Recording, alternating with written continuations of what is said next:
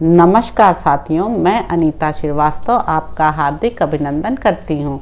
श्रीमद् वाल्मीकि रामायण में आज का प्रसंग है वशिष्ठ जी की आज्ञा से 5 दूतों का अयोध्या से कैकेय देश के राजगृह नगर में जाना।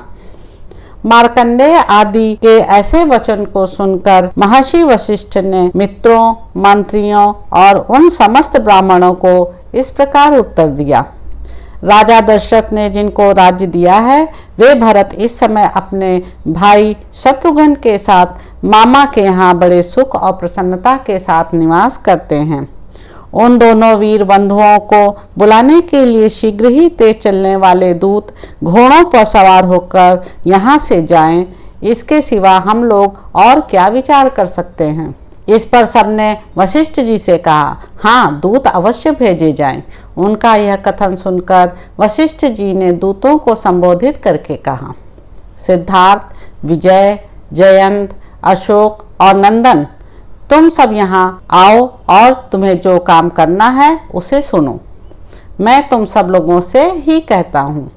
तुम लोग शीघ्रगामी घोड़ों पर सवार होकर तुरंत ही राजगृह नगर को जाओ और शोक का भाव न प्रकट करते हुए मेरी आज्ञा के अनुसार भरत से इस प्रकार कहो, कुमार, पुरोहित जी तथा समस्त मंत्रियों ने आपसे कुशल मंगल कहा है। अब आप यहाँ से शीघ्र ही चलिए।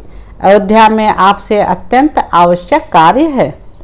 भरत को श्री रामचंद्र जी के वनवास और पिता की मृत्यु का हाल मत बतलाना और इन परिस्थितियों के कारण रघुवंशियों के यहाँ जो कोहराम मचा हुआ है इसकी चर्चा भी ना करना। कैकेयराज तथा भरत को भेंट देने के लिए रेशमी वस्त्र और उत्तम आभूषण लेकर तुम लोग यहाँ से शीघ्र चल दो। कैकेय देश को जाने वाले वे दूत रास्ते का खर्च ले अच्छे घोड़ों पर सवार हो अपने अपने घर को गए। तदंतर यात्रा संबंधी शेष तैयारी पूरी करके वशिष्ठ जी की आज्ञा ले सभी दूत तुरंत वहां से प्रस्थित हो गए। अपर ताल नामक पर्वत के अंतिम छोर अर्थात दक्षिण भाग और प्रलंबगिरी के उत्तर भाग में दोनों पर्वतों के बीच से बहने वाली मालिनी नदी के तट पर होते हुए वे दूत आगे बढ़े। हस्तिनापुर में गंगा को पार करके वे पश्चिम की ओर गए और पांचाल देश में पहुंचकर कुरुजांगल प्रदेश के बीच से होते हुए आगे बढ़ गए। मार्ग में सुंदर फूलों से सुशोभित सरोवरों तथा निर्मल जल वाली नदियों का दर्शन करते हुए वे दूत कार्यवश तीव्र गति से आगे बढ़ते गए।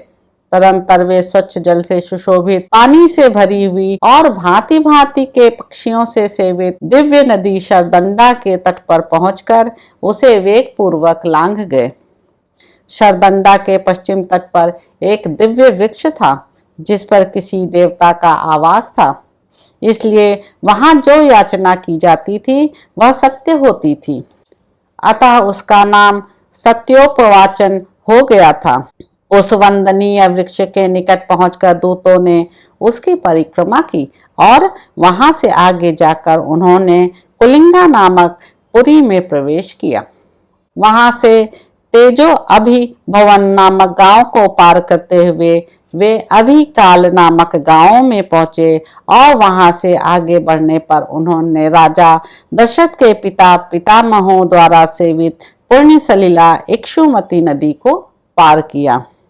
वहां केवल अंजलि भर जल पीकर तपस्या करने वाले वेदों के पारगामी ब्राह्मणों का दर्शन करते हुए वे दूत वाल्मीकि देश के मध्य भाग में स्थित सुदामा नामक पर्वत के पास जा पहुंचे। उस पर्वत के शिखर पर स्थित भगवान विष्णु के चरण चिन्ह का दर्शन करके वे विपाशा नदी और उसके तटवर्ती श्यालमली वृक्ष के निकट गए। वहां से आगे बढ़ने पर बहुत सी नदियों, बावड़ियों, पोखरों, छोटे तालाबों, सरोवरों तथा भांति भांति के वन जंतुओं, सिंह, व्याघ्र, मृग और हाथियों का दर्शन करते हुए वे दूत अत्यंत विशाल मार्ग के द्वारा आगे बढ़ने लगे। वे अपने स्वामी की आज्ञा का शीघ्र पालन करने की इच्छा रखते थे। उन दूतों के वाहन चलते चलते थक गए थे। यह मार्ग बड़ी दूर होने पर उपद्रव से रहित था।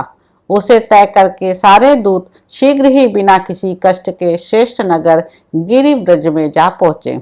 अपने स्वामी का प्रिय और प्रजावर्ग की रक्षा करने तथा महाराज दशरथ के वंश परंपरागत राज्य को भरत जी से स्वीकार कराने के लिए सादर तत्पर हुए वे दूत बड़ी उतावली के साथ चलकर रात में ही उस नगर में जा पहुंचे।